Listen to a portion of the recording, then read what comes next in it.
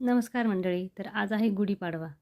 आजच्या दिवशी काहीजण पुरणपोळी करतात, तर काहीजण श्रीखंड पुरी वगैरे करतात असं.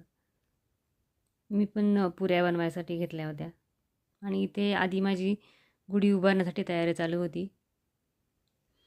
गुढीची सर्व तयारी केली, गुढी उभारून घेतली आणि नंतर साडी नेसून तयार झाले मी. नंतर माझा नैवेद्य पण तयार झाला होता. श्रीखंड पुरी, चण्याची भाजी आणि वरण भात असा होता. देवाला नैवेद्य ठेवून घेतला. नंतर गुढीसाठी औक्षणची तयारी करून घेतली. आधी गुढीला नैवेद्य ठेवला, नंतर गुढीला ओवाळून घेतलं.